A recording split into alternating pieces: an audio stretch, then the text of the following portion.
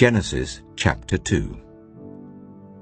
Thus the heavens and the earth were completed in all their vast array. By the seventh day, God had finished the work he had been doing.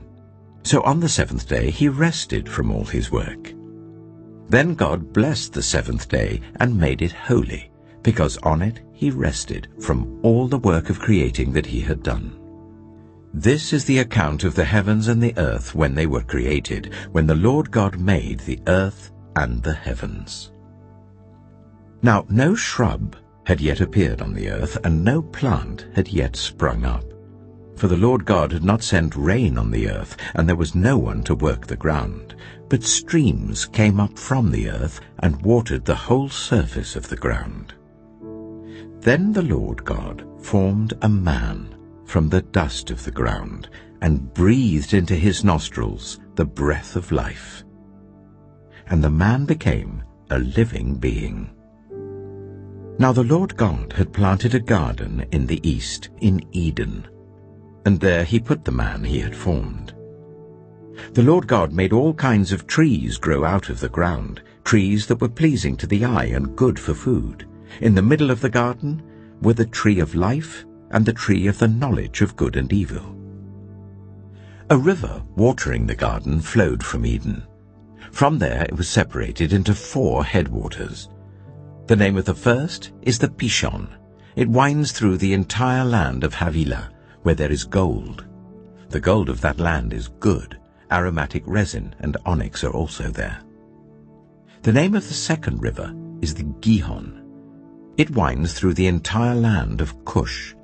The name of the third river is the Tigris.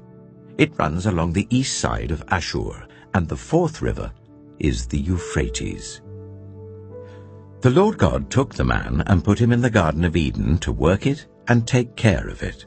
And the Lord God commanded the man, "You are free to eat from any tree in the garden, but you must not eat from the tree of the knowledge of good and evil, for when you eat from it, you will certainly die." The Lord God said, "It is not good for the man to be alone. I will make a helper suitable for him." Now the Lord God had formed out of the ground all the wild animals and all the birds in the sky. He brought them to the man to see what he would name them, and whatever the man called each living creature, that was its name. So the man gave names to all the livestock, the birds in the sky, and all the wild animals. But for Adam no suitable helper was found. So the Lord God caused the man to fall into a deep sleep. And while he was sleeping, he took one of the man's ribs and then closed up the place with flesh. Then the Lord God made a woman from the rib he had taken out of the man, and he brought her to the man. The man said, "This is now bone of my bones and flesh of my flesh. She shall be called woman, for she was taken out of man." That is why a man leaves his father and mother and is united to his wife, and they become one flesh. Adam and his wife were both naked, and they felt no shame. Genesis chapter 3.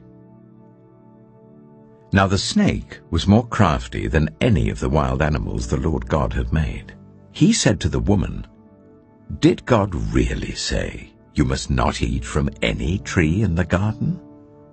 The woman said to the snake, "We may eat fruit from the trees in the garden, but God did say, 'You must not eat fruit from the tree that is in the middle of the garden, and you must not touch it, or you will die.'" "You will not certainly die," the snake said to the woman. "For God knows that when you eat from it, your eyes will be opened, and you will be like God, knowing good and evil."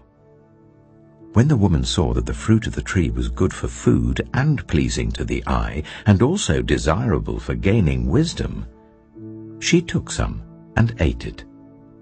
She also gave some to her husband who was with her, and he ate it.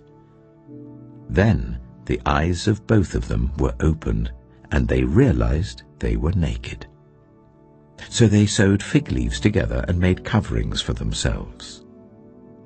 Then the man and his wife heard the sound of the Lord God as he was walking in the garden in the cool of the day.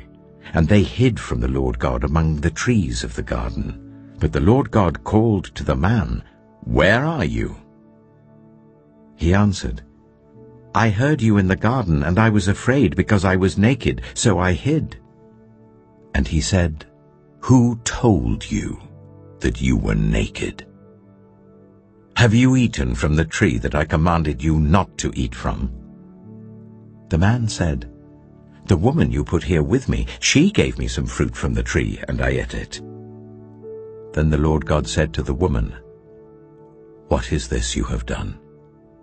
The woman said, "The snake deceived me, and I ate." So the Lord God said to the snake, "Because you have done this, cursed are you above all livestock and all wild animals. You will crawl on your belly, and you will eat dust all the days of your life. And I will put enmity between you and the woman, and between your offspring and hers. He will crush your head, and you will strike his heel." To the woman he said, "I will make your pains in childbearing very severe. With painful labor you will give birth to children. Your desire will be for your husband, and he will rule over you." To Adam he said, "Because you listened to your wife, and ate fruit from the tree about which I commanded you, you must not eat from it. Cursed is the ground because of you. Through painful toil you will eat food from it all the days of your life. It will produce thorns and thistles for you, and you will eat the plants of the field.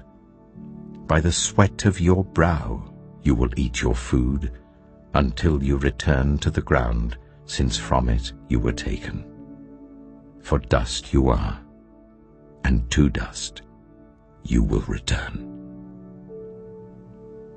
Adam named his wife Eve, because she would become the mother of all the living. The Lord God made garments of skin for Adam and his wife, and clothed them. And the Lord God said, "The man has now become like one of us, knowing good and evil. He must not be allowed to reach out his hand and take also from the tree of life and eat, and live forever."